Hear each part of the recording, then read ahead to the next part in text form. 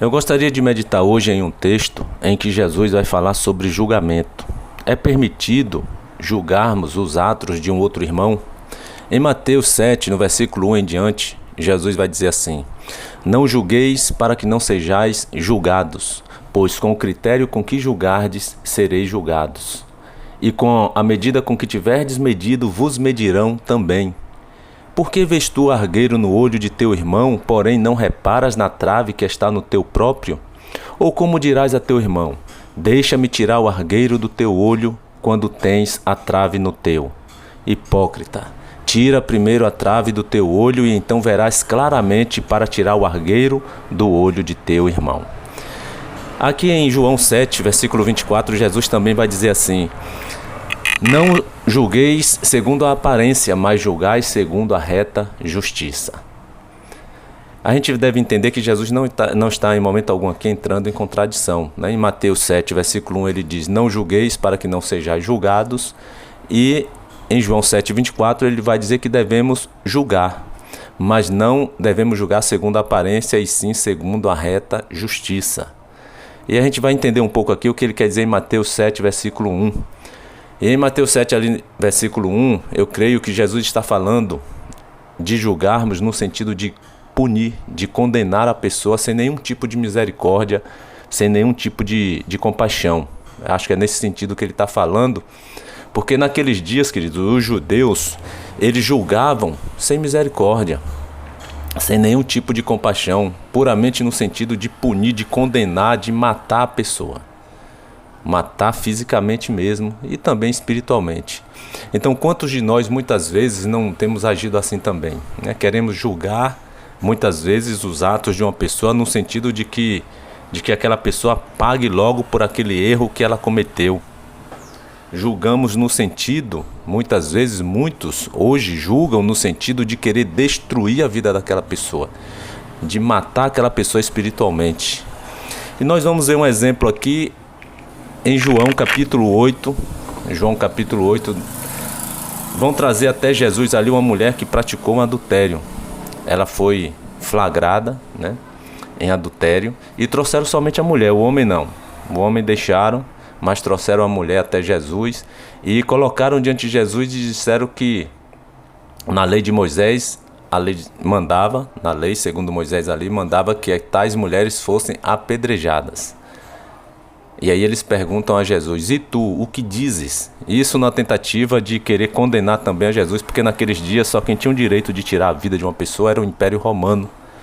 Os judeus estavam debaixo do jugo do Império Romano. E se Jesus decretasse a morte daquela mulher, ele estaria indo contra o imperador romano, e por isso ele também seria condenado. Mas Jesus sabiamente dá um tempo, não dá logo a resposta, e eles começam a insistir. Você vai ver aí em João 8, versículo 7, por exemplo, dizendo que como eles insistissem na pergunta, então Jesus se levantou e lhes disse: Aquele que dentre vós estiver sem pecado, seja o primeiro que lhe atire a pedra. Eles estavam acusando aquela mulher de um pecado que ela havia cometido. Eles estavam executando ali um julgamento no sentido de querer punir, de querer condenar aquela mulher à morte. Eles queriam a destruição da vida daquela mulher. E é nesse sentido que a gente vai entender lá em Mateus 7, versículo 1, quando Jesus disse: Não julgueis, para que não sejais julgados. Porque com o critério com que julgardes, sereis também julgados, e com a medida com que tiverdes medido, vos medirão também. E aí Jesus dá uma resposta como essa aí que eu lhe falei: Aquele que dentre vós estiver sem pecado, que seja o primeiro que lhe atire a pedra. E Jesus torna a se inclinar no chão e continua a escrever. Mas eles, ouvindo essa resposta, vai dizer no versículo 8 aí de João 8, versículo 8, vai dizer: E eles, ouvindo esta resposta e acusados pela própria consciência, foram se retirando um por um, a começar pelos mais velhos até os últimos, ficando somente Jesus e a mulher no meio onde estava. E aí Jesus, erguendo-se, não vendo mais a ninguém, além da mulher, ele vai perguntar à mulher: Onde estão os teus acusadores? Ninguém te condenou? E a mulher responde: Ninguém, Senhor. Então ele vai e diz para a mulher: Nem eu tampouco te condeno. Vai e não peques mais. Então é esse tipo de condenação aqui que justamente que Jesus está condenando. Esse tipo de julgamento em que nós julgamos sem nenhum tipo de compaixão, de misericórdia. Aqueles homens estavam com seus corações ali cheios de amargura, cheio de ódio, cheio de justiça própria, mas não a justiça que vem de Deus. A justiça que vem de Deus é uma justiça em que nós vamos expressar ali a nossa compaixão, a nossa misericórdia, o nosso amor por aquela vida, que mesmo estando em pecado, nós vamos exortar aquela pessoa para que ela abandone o pecado. Nós vamos julgar o erro que ela está cometendo, nós vamos chamar a atenção dela, mas com amor, com espírito de brandura, como diz a Bíblia, com misericórdia e com compaixão. E é por isso que Jesus diz também lá em João 7,24: não julgueis segundo a aparência, mas julgai segundo a reta justiça. Julgar segundo a reta justiça. O que é julgar segundo a reta justiça, querido? Julgar segundo a reta justiça é julgar tendo justamente como base os princípios da palavra de Deus e com misericórdia e compaixão.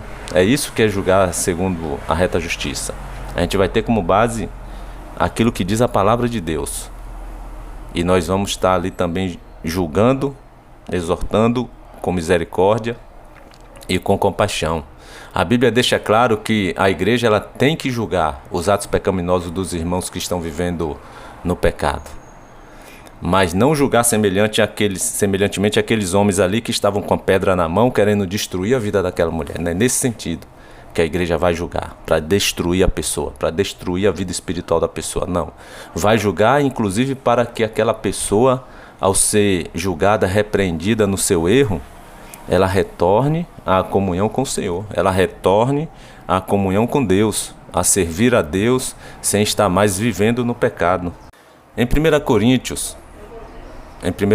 5, no versículo 1 em diante, inclusive, vai existir ali um caso em que um filho estava possuindo a mulher de seu próprio pai. E o que é que estava acontecendo ali? A igreja estava fazendo vista grossa. A igreja não estava nem um pouco preocupada com o que estava acontecendo. Estava ignorando simplesmente. E Paulo vai dar uma bronca naquela igreja.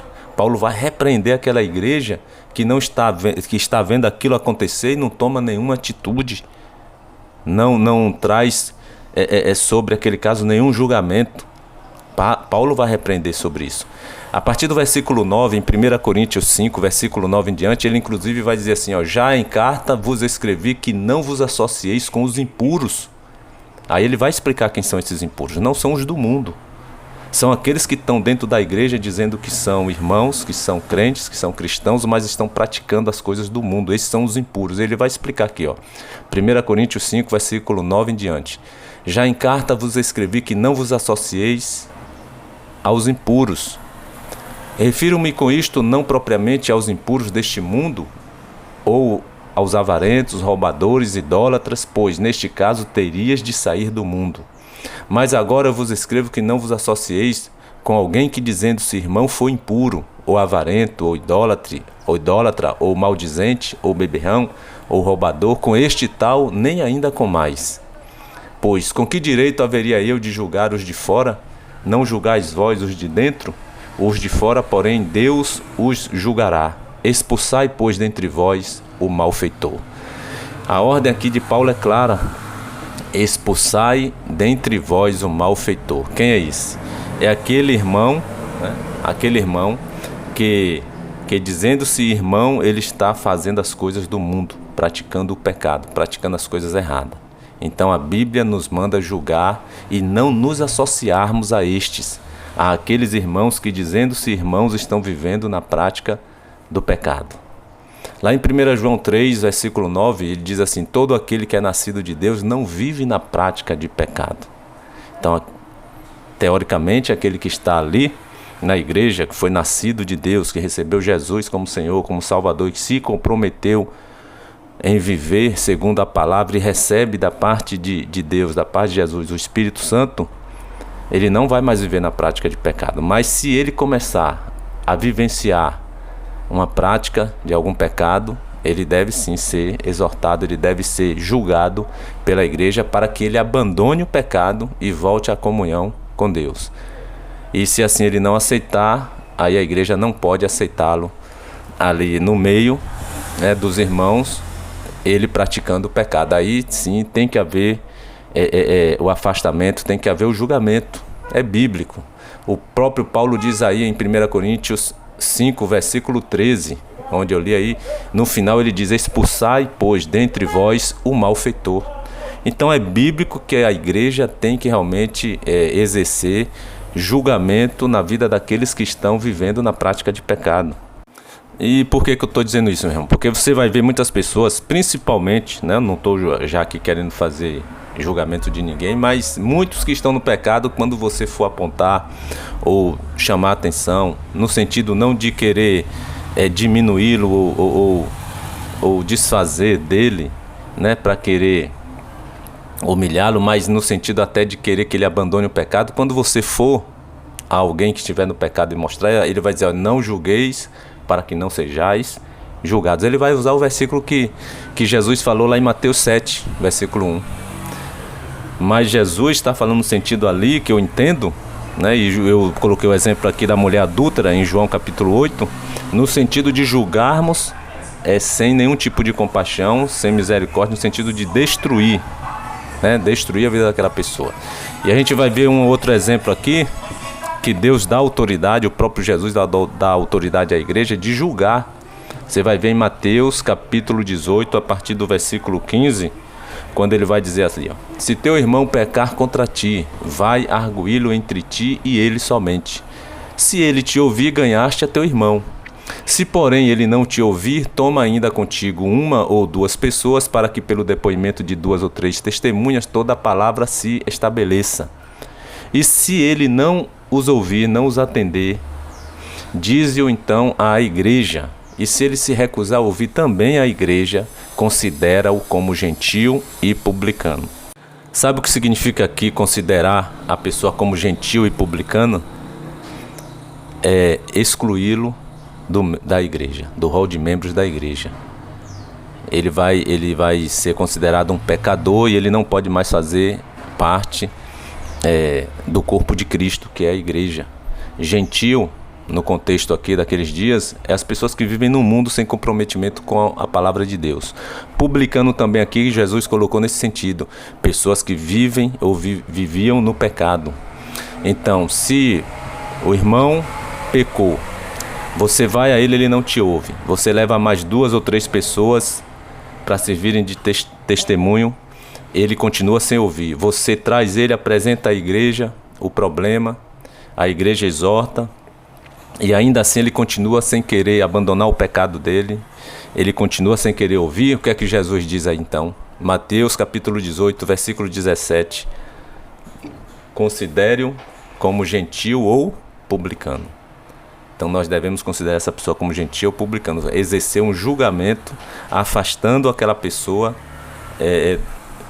como membro do corpo de Cristo, que é a igreja, porque ela não quer se restaurar diante do Senhor. Então, esse julgamento é permitido sim por Deus. Você julgar o pecado do irmão que não quer se arrepender, e aí você ter que desligá-lo do rol de membros da igreja. Porque você pode ver alguns irmãozinhos da igreja dizendo: olha, não podemos julgar, porque Jesus disse, não julgueis para que não sejais julgados. Mas Jesus não vai estar entrando em contradição, porque lá em João 7,24 ele vai dizer que devemos julgar, mas não segundo a aparência. Devemos julgar segundo a reta justiça. Jesus não está entrando em contradição. Lá ele está falando dentro de um outro contexto. Quando ele diz lá, não julgueis para que não sejais julgados, ele está dizendo ali, porque para os judeus que julgavam sem nenhum tipo de misericórdia, sem compaixão, sem amor nenhum, simplesmente para querer destruir a vida da pessoa. Aí ele diz: cuidado, porque com o mesmo critério com que julgardes, vos julgarão também. Com a mesma medida que tiverdes medido, vos medirão também. Então, querido, Jesus deu sim autoridade à igreja para julgar. Agora imagine como seria se não julgássemos os atos pecaminosos daqueles que fazem parte da igreja. Como que seria? O pecado reinaria dentro da igreja e cada um ia fazer o que bem entendesse. Cada um ia fazer o que quisesse.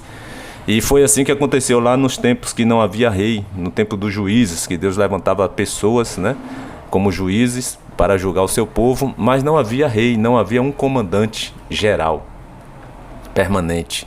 E vai dizer lá em Juízes 21, versículo 25, Juízes 21, versículo 25, vai dizer que naqueles dias não havia rei em Israel, porém cada um fazia o que parecia reto aos seus próprios olhos. Olha só o que diz aí em Juízes 21, 25. Que naqueles dias não havia rei em Israel, porém cada um fazia o que parecia reto aos seus próprios olhos. Então Deus não quer que façamos o que pareça reto aos nossos próprios olhos. Deus quer que façamos, sim, o que pareça reto perante aos seus olhos, aos olhos do Senhor, perante a sua própria palavra, que é a reta justiça. Isso sim Deus quer que nós façamos. Que andemos segundo a sua palavra e que façamos as coisas segundo a reta justiça. Julguemos segundo a reta justiça. Como Jesus disse lá em João 7,24. Não julguei segundo a aparência, mas julgai segundo a reta justiça. Então, vou repetir aqui que Deus não quer que nós façamos justamente aquilo que pareça reto aos nossos próprios olhos, mas aquilo que pareça reto aos seus olhos, aos seus próprios olhos, aos olhos do Senhor. Que pareça reto à sua própria palavra, que pareça reto à reta justiça. Então, de que forma de que forma que nós temos muitas vezes julgado as pessoas?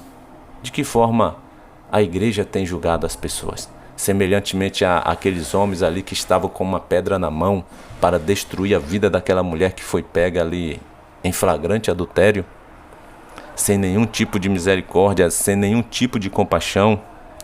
Então, de que forma nós temos julgado muitas vezes as pessoas, queridos?